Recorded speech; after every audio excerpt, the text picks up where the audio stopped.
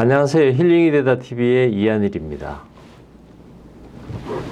오늘은 23강 산부 아이들의 마음 애착과 조율의 네 번째 시간을 하도록 하겠습니다. 오늘은 해리, 아는 것과 알지 못하는 것, 그리고 동시성의 회복 두 가지 주제에 대해서 말씀드리겠습니다. 우리가 7장에서는 애착과 조율이라는 챕터에서 매사추세츠 멘탈 헬스 센터에서 콜크 박사가 관찰했던 것들, 그리고 엄마 없이 자란 남자 아이들에 대한 이야기, 그리고 안정적인 기반, 시큐어한 베이스를 가진다는 것이 어떤 것인지, 그리고 이 엄마와 아기가 어떤 조율 과정, 어튜니먼트 이런 과정들을 통해서 이게 이제 세상을 나갈 수 있는 준비를 하는 거죠. 그리고 이제 현실감. 그래서 그런 것들이 될 때 내가 이제 현실감을 가지게 되고, 그러면서 우리가 이제 이미 정해진 부모와 산다는 것, 이런 것들에 대해서 말씀드렸는데, 잠깐 좀 보고 다시 요약을 좀 해드리고 오늘 말씀드릴 내용을 진행하도록 하겠습니다. 그래서 우리가 이미 정해진 부모와 산다는 것, 이 네 가지 형태인데 결국 이제 우리가 실험을 하는 거죠. 이제 엄마와 아기를 떼놓고 이 했을 때 아기 반응, 그리고 엄마가 다시 돌아왔을 때의 반응을 보았더니 한 62% 정도는 이제 비교적 안전한, 비교적 이제 아이가 엄마가 떨어지면 조금 불안해하고 때로는 찡찡거리기도 하지만 엄마가 다시 돌아오면 그걸 확인하고 다시 이렇게 원래 상태로 돌아가고 잘 놀고 하는 이런 것이 있었다면, 뭔가 불안하지만 회피성, 그러니까 엄마가 어디 가고 없을 때도 별로 반응이 없고 와도 별 반응이 없는, 그 평소에 엄마와의 어떤 애착 관계, 어태치먼트가 좀 부족하고 엄마와의 그런 조율 가능 이것이 좀 많이 부족할 때, 또 다른 형태는 이제 양면성인 거죠. 엄마가 있을 때 일반적으로는 안정감을 느끼고 엄마가 없으면 불안해해야 되는데, 얘는 엄마가 있을 때도 계속 엄마한테 찡찡대고 엄마한테 막 달라붙고 친구들하고 노는 대신에 엄마 치마 자르만 붙들면서 엄마한테 계속 뭔가를 요구하는, 당연히 엄마가 없을 때는 더 불안해하는 이런 양면성을 보이는 이런 형태가 있었다면, 이제 완전히 이렇게 디스오르가나이즈드 된, 뭔가 이렇게 애착 자체가 형성되지 않은, 엄마와의 애착과 조율이 거의 없는 이런 형태가 있거든요. 여기에 대해서 우리가 조금 더 살펴보는 시간을 갖도록 하겠습니다. 그래서 이게 이제 혼란 애착이라고 하는, disorganized 된, 그러니까 애착 관계가 혼란스럽다는 거죠. 왜냐하면 우리가 지난 시간에 봤던 그런 닥터 비비가 이렇게 관찰하면서 엄마와 아기가 이렇게 같이 놀면서 눈을 마주치면서 애착 관계를 가지고 또 이렇게 어튜니먼트의 어떤 그런 조율 관계를 가지지만, 엄마가 거기서 충분히 교육이 돼 있고 아이의 어떤 그런 것들을 잘 눈치를 채게 되면 괜찮은데, 엄마는 나름대로 노력하지만 아기에 대해서 잘 모르게 되면, 아기가 이제 사실은 배가 고픈데 엄마는 자꾸 기저귀 갈라 그러고 다른 걸 챙겨주려 그러고, 애는 막 기저귀를 이렇게 이 기저귀에다 소변을 쌌는데 엄마는 자꾸 우유를 갖다 주려 그러고, 그럼 이제 애하고 엄마가 안 맞으면 나중에 엄마도 지치고 이러면서 이런 엄마와의 정상적인 어태치먼트, 애착이 형성되지 않게 되면, 이제 이런 것들이 만성적으로 이렇게 오래 가게 되면 아기에게서는 소위 말하는 이제 애착이, 건강한 애착 관계가 형성되지, 시큐어한 안정적인 애착이 형성되지 않고 혼란스러운 디스오르가나이즈드, 쉽게 말하면 애착이 형성되지 않는 거죠. 아이도 혼란스럽고 엄마도 혼란스럽고. 그럼 이런 일들이 왜 일어나느냐, 이제 여기에 대한 이야기들. 특히 이제 엄마가 그런 PTSD나 우울증이 있을 때는 사실은 훨씬 더 많은 문제들이 생깁니다. 이것이 물론 아버지가 예를 들어 PTSD가 있거나 어떤 행동에 문제가 있을 때도 생기지만, 이 연구에 의하면은 주로 엄마의 어떤 문제가 있을 때 이런 것들이 일어날 가능성이 많다는 게 이제 우리가 그런 혼란 애착, 정상적인 애착이 형성되지 않는다는 걸 우리가 알게 되고, 이런 혼란 애착의 두 가지 형태가 있는데, 하나는 엄마가 폭력적인, 어릴 때 막 그런 폭행을 당하거나 그런 그 가정이 막 그런 폭력이 많은 가정에서 자란 엄마와 혹은 또 다른 형태는 엄마가 아주 무기력하면서 두려움이 떠는, 그러니까 엄마가 소위 말하는 이제 성적인 부분에서 학대를 받았거나 혹은 부모님이 일찍 돌아가시거나 이런 상황에서는 오히려 엄마의 형태가 폭력적이기보다는 오히려 무기력하면서 두려운, 이런 두 가지 형태로 이 혼란 애착이 나타나더라 하는 게 지난 시간에 있었습니다. 그래서 이 칼렌이라고 하는 분이 결국은 이걸 연구를 18년 동안 해보니까 처음에 연구를 할 때는 엄마가 좀 폭력적이고 이런 경우가 오히려 아이들한테 더 강력한 어떤 이 혼란 애착이 나타날 것이다, 이렇게 예상을 했는데 연구 결과는 오히려 이런 엄마가 폭력적인 가정에서 자라고 폭력적인 데 익숙하고 그래서 많은 이런 정서적인 불안정이 있는 엄마보다도 오히려 겉으로 조용하면서 그러나 엄마가 그러니까 무기력하고 오히려 이 이모셔널 롤이 그러니까 뒤바뀐 거. 그러니까 원래는 엄마가 애를 돌봐줘야 되는데 엄마가 오히려 그 애한테 기대하는 거죠. 엄마와 아기의 역할이 역전됐다. 그러니까 엄마는 애가 오히려 이렇게 엄마를 좀 돌봐주면 좋겠다. 이런 게 이제 의식적이든 무의식으로 깔아있는, 왜냐면 이제 엄마 자체가 무기력하거든요. 그럴 때 오히려 그 아이에게서 그런 혼란 애착이 더 많이 나타난다는 걸 알게 됐다는 거죠. 이게 이제 지난 시간에 말씀드린 내용이고, 그 다음 이제 오늘은 이제 어떤 해리, 아는 것과 알지 못하는 것, 그 다음 동시성의 회복, 이 두 가지 주제에 대해서 말씀드리겠습니다. 아는 것, 알지 못하는 것.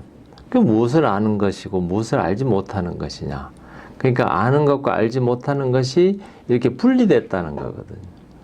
그러니까 이제 소위 말하는 이제 이 해리라고 하는 것은 내가 그런 해리 상태에 있다 하는 거는 나는 뭔지 모르지만 뭔가 이렇게 잃어버린 느낌이 들고 뭔가에 압도당하고 버려진 느낌이 들고 세상으로부터 내가 이렇게 디스커넥티드, 분리되어 있고 나는 어떤 누구와 어떤 사랑을 받지 못한 것 같고 마음은 공허하고 무기력하고 어디에 갇힌 것 같고 뭐 이렇게 이런 이제 것들이 왜 생기느냐. 그래서 연구를 해보니까 첫 2년 동안 아이가 태어나고 첫 2년 동안 엄마와의 관계에서 엄마가 제때 이렇게 내가 필요한 걸 채워주지 못하고 혹은 엄마와 어떤 적절한 그런 그 조율 관계가 되지 않을 때 이런 해리성의 증상들이 나타나더라. 이렇게 된 거거든요. 그러니까 이 아기가 결국은 엄마에 의해서 엄마가 애를 쳐다보고 엄마가 애를 알았을 때 아기 마음에 그 애는 표현을 못 하거든요. 애는 표현을 못 하고 아기가 이제 엄마와 이렇게 때로는 장난도 치고 깔깔대고 웃기도 하지만 뭐 사실은 아직 언어를 제대로 많이 못 배울 때고 뭐 본인은 표현은 못 하지만 그 느낌으로 엄마가 나를 끊임없이 보고 있고 나를 끊임없이 챙겨주고 있고 그리고 내 감정 상태를 엄마가 알고 있다. 이게 이제 애가 느껴야 되거든요. 그래서 지난 그 앞에서도 그런 강의에서 우리가 미주신경이라고 하는 이 10번째 우리 이제 뇌신경이 우리 장으로 이렇게 머리에서 내려가면서 하는 것이 단순히 교감신경, 부교감신경 같은 자율신경의 기능만 있는 것이 아니고 그걸 통해서 우리가 느끼는 거는 뭔가 표현할 수 없지만 어떤 상태들, 그 옆에 사람이 뭐 겉으로는 웃고 있지만 사실은 느낌이 좀 섬뜩할 때 있거든요. 옆에 사람이 나는 화 안 냈어 라고 이야기하지만 내가 보기에는 분명히 화가 나는 걸 내 몸으로 느끼고 있거든요.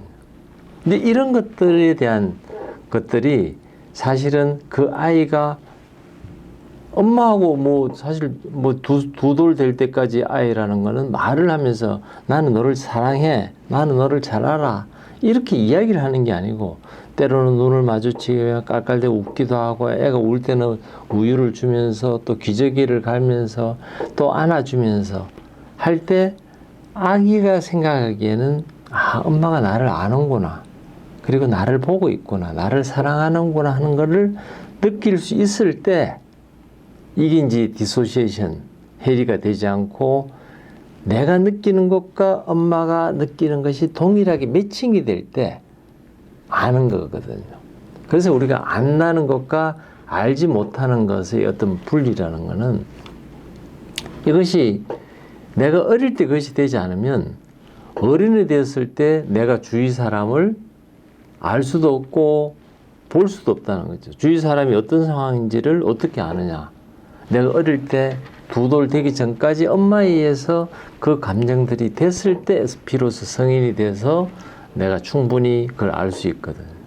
그냥 우리가 사람을 만나서 뭐 인사하고 뭐 이름을 안다고 해서 아는 게 아니고 내가 저 사람을 진짜 아느냐 할 때 저 사람이 그 깊숙이 내면에서 느끼는 그 감정까지도 나하고 이렇게 커넥션이 됐을 때 비로소 안다고 이야기한다면 어릴 때 그것이 안 된 사람은 어른이 됐을 때 실제로 성인이 됐을 때 그것이 되게 어렵다 이렇게 이야기할 수 있는 거예요.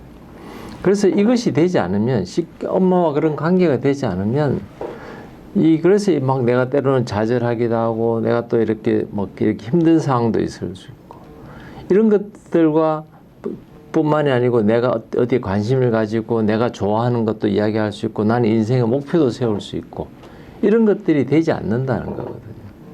그래서 이 어떤 공감받는 능력들 이런 것들이 되면 내가 어떤 막 이렇게 극단적으로 막 되게 힘든 상황일 때도 내가 그걸 이겨낼 수 있는 쿠션이 된다.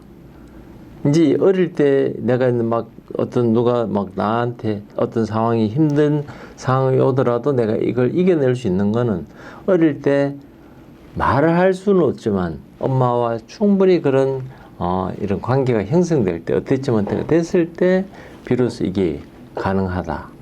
이렇게 이제 이야기할 수 있는. 그래서 만약에 이제 엄마나 나를 돌봐주는 사람하고 그것이 안 되면 나는 알거든요. 이미 나도 이제 이 거절 당할 거라는 거. 나는 이런 관계를 갖지 못한다는 걸 알게 되면 내 마음속으로 이게 이제 의식적으로 생각하는 게 아니고 무의식 상태에서 내가 이제 버림받을 것이다. 내가 엄마한테 뭘 해달라 그래도 안 될 것이다 라고 안다면 이제 나는 거기에 이제 준비를 하는 거거든요. 왜냐면 그렇게 해야 내가 살아갈 수 있으니까.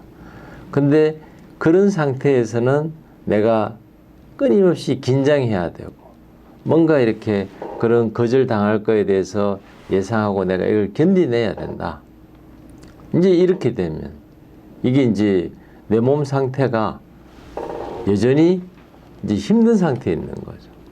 내가 여기 보면 이제 이 볼비 박사가 이제 쓰는 그 글의 이야기입니다. 내가 엄마와 이 커뮤니케이션이 되지 않으면 내 안에 있는 아이 상태와도 이 커뮤니케이션이 되지 않는다.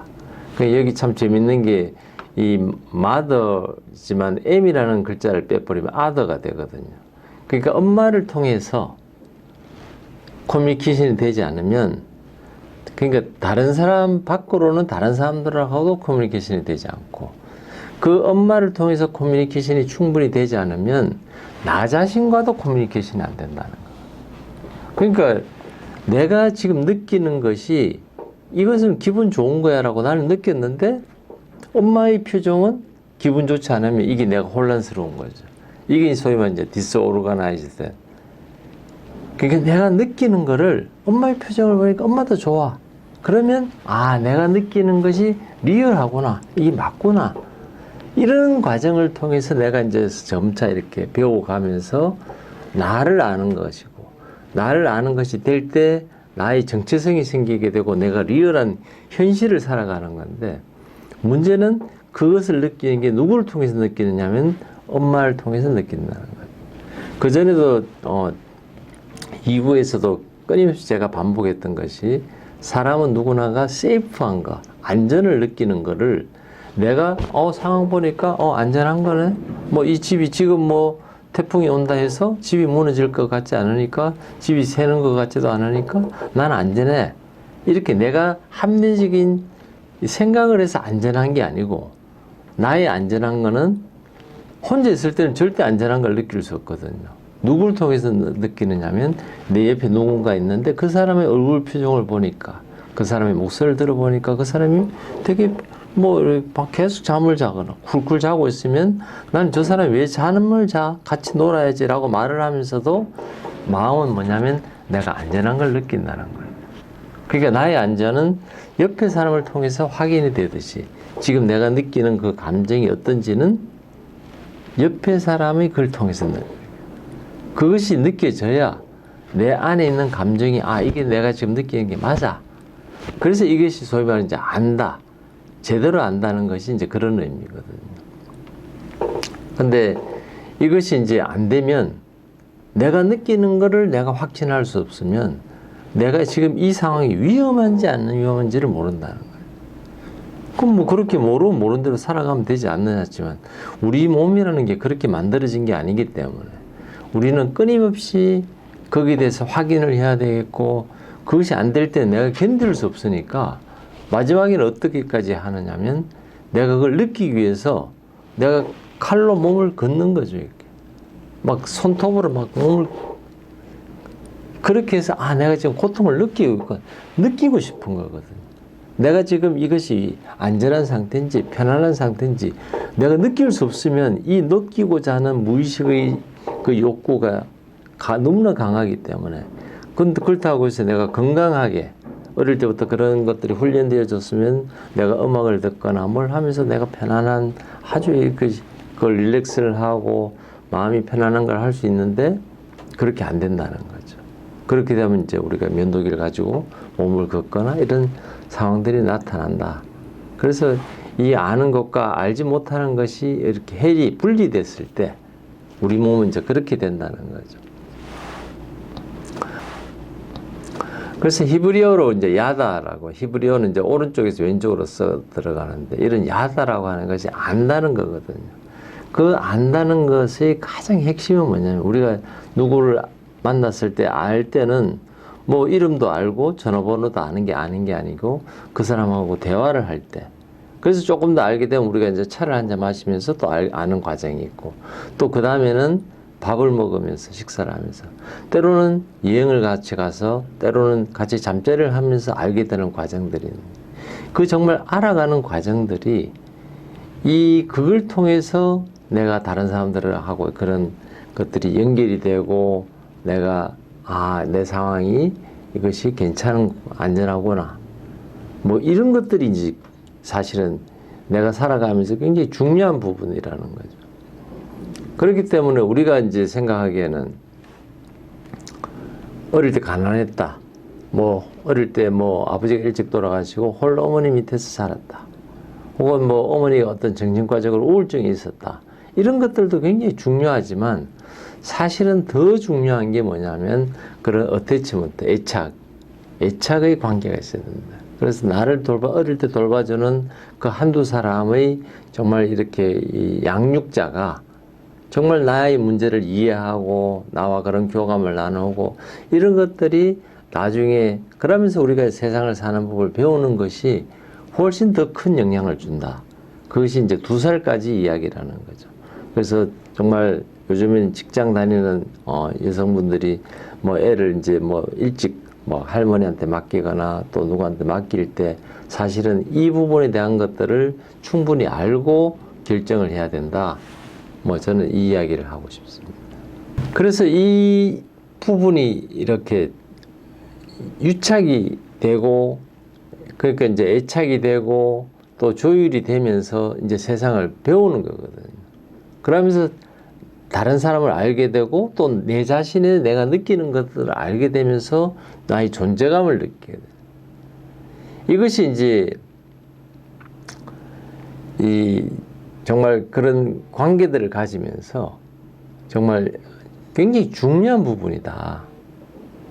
그래서 내가 이 동시성이라고 하는 것은 내가 느끼는 감정과 옆에 사람 느끼는 감정이 같이 이렇게 움직여야 되고, 내가 지금 느끼는 것이 그냥 내 기분이 아니고 내 안에 있는 내면이 느끼는 것들과 내 바깥 상황들이 같이 이렇게 조화를 이루면서 가야 되거든.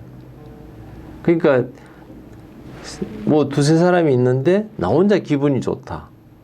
옆에 사람들은 침울하다 할 때는 내가 그걸 빨리 알아차리고 나도 감정을 다시 조율하고 이렇게 하면서 가야 이 공동체 생활이 되는데, 옆에 사람들이 뭐 좋든지 불편하든지 말지 뭐 나는 뭐 내 거대로만 하게 되면 공동체 생활이 안 된다는 거지 사실은.